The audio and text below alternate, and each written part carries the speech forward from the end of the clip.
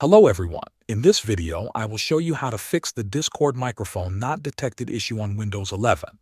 First, open Windows Settings. Go to Privacy and Security. Then click on Microphone. Make sure microphone access is turned on.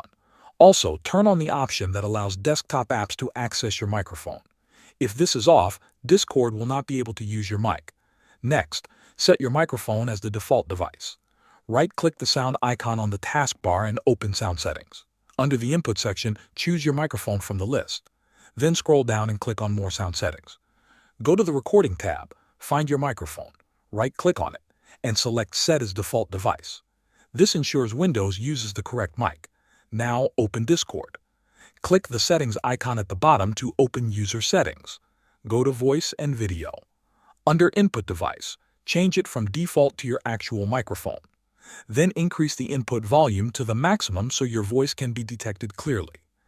If the problem is still not fixed, scroll down in the same Voice and Video section and click on Reset Voice Settings. This will restore all audio settings in Discord to default and can fix hidden issues. After completing these steps, your microphone should be detected and working properly in Discord. Thanks for watching.